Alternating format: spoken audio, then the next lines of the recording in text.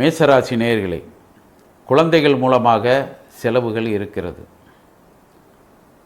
உங்களது குழந்தைகளில் யாராவது ஒருவர் கல்வியிலே நாட்டமில்லாமல் போகக்கூடிய வாய்ப்பும் இருக்கிறது.